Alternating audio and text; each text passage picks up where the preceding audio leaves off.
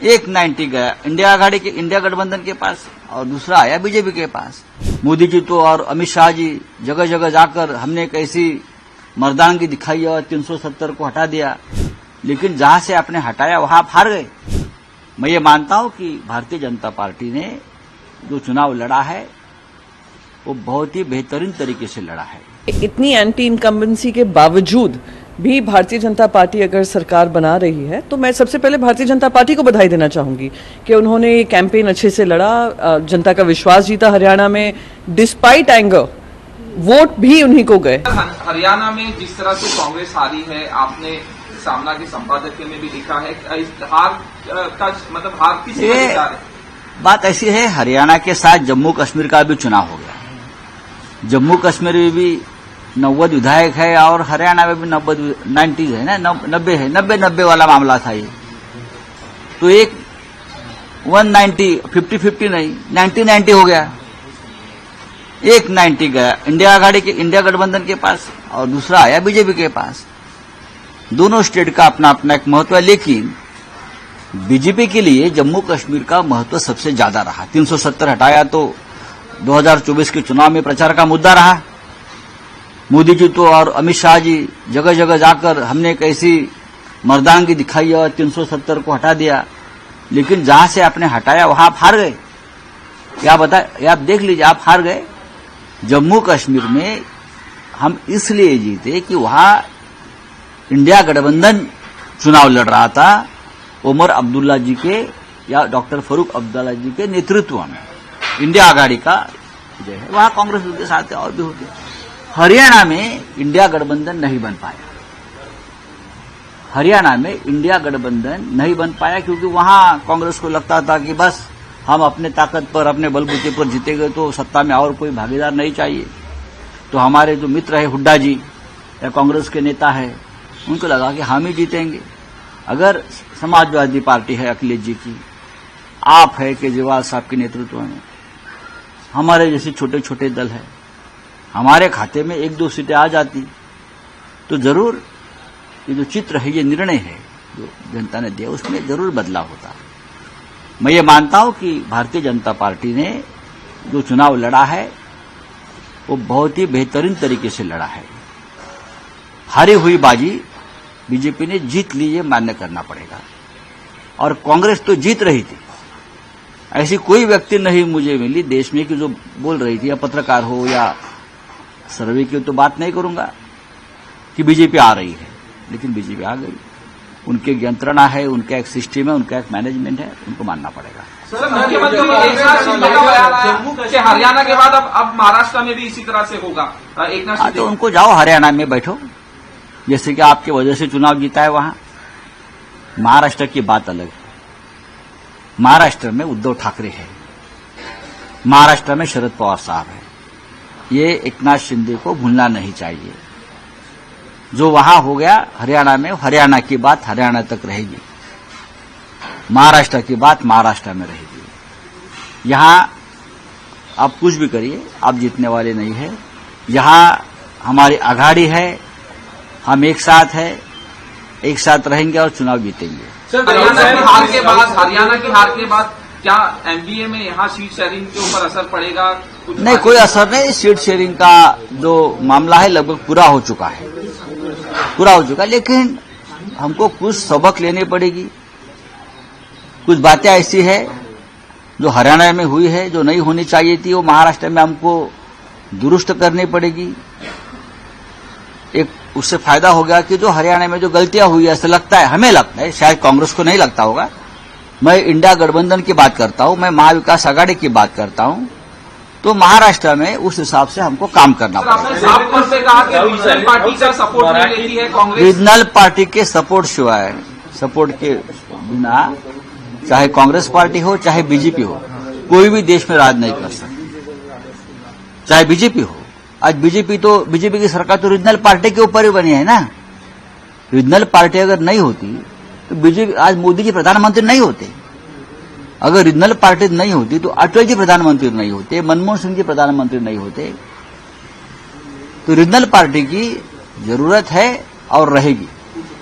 इतनी anti incumbency के बावजूद भी भारतीय जनता पार्टी अगर सरकार बना रही है तो मैं सबसे पहले भारतीय जनता पार्टी को बधाई देना चाहूँगी कि उन्होंने ये कैंपेन अच्छे से लड़ा, जनता का विश्वास जीता हरियाणा में, डिस्पाइट एंगर वोट भी उन्हीं को गए, यानी विश्वास बनाए रखा कि बीजेपी में विश्वास बनाए रखा है।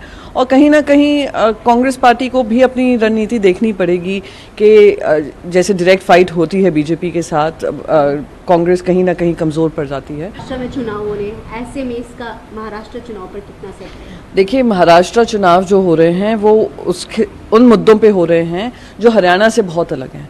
आपने 2 राज्य स्तर की पार्टियों को तोड़ने का काम किया, आपने परिवारों को फोड़ने का काम किया, आपने परिवारों में दरार की है, और किसके लिए? सिर्फ सत्ता पाने के लिए। आपने इलेक्शन कमीशन को मिसयूज़ किया, आपने कॉन्स्टिट्यूशन को मिसयूज़ किया, आपने डेमोक्रेसी के जो मूलभूत, जो खुद सुप्रीम कोर्ट ने कहा है जो फाउंडेशन है, उसको ख़त्म करने का काम किया। पहले तो वो एक बहुत भारी मुद्दा है। दूसरा मुद्दा ये है महाराष्ट्र में कि जो इंडस्ट्रीज महाराष्ट्र की हैं, और महाराष्ट्र देख रहा है, वो महाराष्ट्र से उठाकर दूसरे राज्यों में ले जा रही हैं। केंद्र से जो समर्थन मिलना चाहिए वो नहीं मिल रहा है। प्रधानमंत्री बार बार आकर वही प्रोजेक्ट्स इनॉग्रेट कर रहे हैं जिसका 6 महीने पहले कर चुके हैं।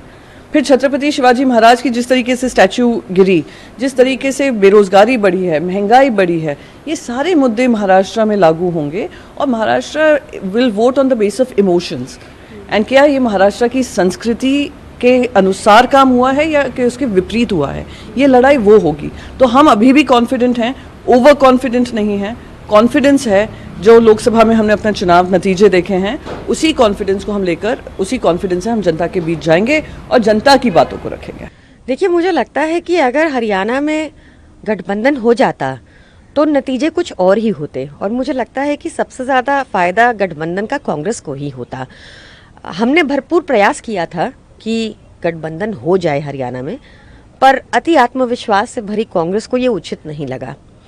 उनको ठीक नहीं लगा कि जिस सपा ने उनको लोकसभा में 17 सीटें दी, जबकि कांग्रेस की 2022 विधानसभा में मात्र 2 सीटें थी, या फिर आम आदमी पार्टी ने जिन्होंने 3 सीटें दिल्ली में दी, जब कांग्रेस की 10 साल से दिल्ली में भी विधानसभा में कोई सीट नहीं है। तो ये दुर्भाग्यपूर्ण है कि कांग्रेस को उचित नहीं लगा कि अपने ऐसे अलायंस पार्टनर्स को वो साथ लेकर चले। आप लोग लगातार कहते रहे कि कांग्रेस एक बड़ा डील दिखाते हो, आप ये भी कर सकते थे कि वहाँ पे चुनाव इस तरह से लड़े कि कांग्रेस को फायदा हो, क्योंकि आप लोग कहते रहे कि हमारा मकसद है बीजेपी को हटाना। देखिए, हमने, जैसा मैंने कहा, भरपूर प्रयास किया था कि अलायंस हो जाए। अब हम भी एक राजनीतिक दल हैं, चुनाव लड़ना हमारा डेमोक्रेटिक राइट है, इस पर सवाल उठाना ठीक नहीं। भूपेंद्र हुड्डा का बयान आया है, उन्होंने कहा है कि बातचीत की कोशिश की, हमारी बातचीत हुई, आम आदमी पार्टी को सीटें ऑफर भी की गई। हालांकि उन्होंने कहा कि समाजवादी पार्टी से कभी अलायंस को लेकर बात नहीं हुई, लेकिन आम आदमी पार्टी से बात हुई थी, बात नहीं बनी। देखिए, ये बेहद दुखद बयान है जो उन्होंने दिया है, अनफॉर्चुनेट बयान है, क्योंकि हम सब ने देखा कि आम आदमी पार्टी ने कितना प्रयास किया, और हम सब ने देखा कि हुड्डा जी ने during alliance talks, before alliance talks, आम आदमी पार्टी को लेकर कितने आपत्तिजनक बयान दिए थे। आगे अब क्या चुनाव है? तो जब गठबंधन की चर्चा चल रही थी, ये भी बात थी कि हो सकता है दिल्ली में गठबंधन कर ले आम आदमी पार्टी कांग्रेस पार्टी, तो क्या इसके रास्ते खुले हैं या बंद हो गए? हम दिल्ली में अकेले चुनाव लड़ेंगे। एक तरफ अति आत्मविश्वास से भरी कांग्रेस है और दूसरी तरफ अहंकारी भाजपा। हम दिल्ली में अपनी जनता के बीच सर झुकाकर अपने काम जो हमने 10 साल में किए हैं वो बताएंगे, उनके बेसिस पर हम चुनाव लड़ेंगे। अब गठबंधन दिल्ली में हम अकेले लड़ेंगे। लगातार बात भी कर रहे हैं भूपेंद्र हुड्डा पे, आपने निशाना साधा। ऐसी चर्चा हो रही है कि राहुल गांधी, प्रियंका गांधी दिल्ली में कैंपेन करेंगे, तो अगर उस स्थिति में आपको लगता हो कि बीजेपी नुकसान पहुंचा सकती है, तो भी क्या गठबंधन की कोई गुंजाइश नहीं? देखिए, जैसा हमने कहा कि हम भी एक राजनीतिक दल है, हमारा पूरा राइट है डेमोक्रेटिकली चुनाव लड़ने का, वैसे ही राहुल गांधी जी भी मोस्ट वेलकम है दिल्ली में, उनका भी डेमोक्रेटिक राइट है दिल्ली में चुनाव लड़ने का। कल प्रधानमंत्री हुआ भारतीय जनता पार्टी मुख्यालय पे, उन्होंने कांग्रेस पार्टी को आड़े हाथों लिया। उन्होंने सीधा आरोप लगाया कि एक तरह से कॉन्स्पिरेसी होती रही पिछले कुछ समय से भारत को कमजोर करने की, भारत के खिलाफ गतिविधियां करने की, इसमें कांग्रेस पार्टी शामिल है, कांग्रेस पार्टी के सहयोगी दल भी शामिल रहे, और उसका जवाब हरियाणा की जनता ने दिया है। ये अहंकार बोल रहा है। जैसा मैंने कहा कि भाजपा के अहंकार और अति आत्मविश्वास से भरी कांग्रेस को आम आदमी पार्टी सर झुकाकर अकेले लड़ने में सक्षम है। डोडा में आपको एक तरह से जम्मू कश्मीर में खाता खुला, अरविंद केजरीवाल जाने वाले हैं कल वहाँ पे, क्या कुछ इसका कार्यक्रम है? हमें बहुत ज़्यादा खुशी है कि हमारे एक लॉन्ग स्टैंडिंग कार्यकर्ता जो शुरू से आम आदमी पार्टी के साथ जुड़े हुए हैं, आंदोलन के साथी हैं, उनकी मेहनत ने हम सबको भी हमें बहुत प्राउड है इस बात से। और कल अरविंद केजरीवाल जी जा रहे हैं, उन्होंने जम्मू कश्मीर में भी काम की राजनीति का परचम लहराया है। वहाँ पे क्या कल हमने देखा वहाँ के डोडा के आपके जीते हुए कैंडिडेट अरविंद केजरीवाल बात कर रहे थे, तो उन्होंने कहा भी कि 10 तारीख को आप आइए, धन्यवाद रैली का कुछ कार्यक्रम है। जी, कल ही वो कार्यक्रम है। अरविंद केजरीवाल जी कल डोडा जाएंगे।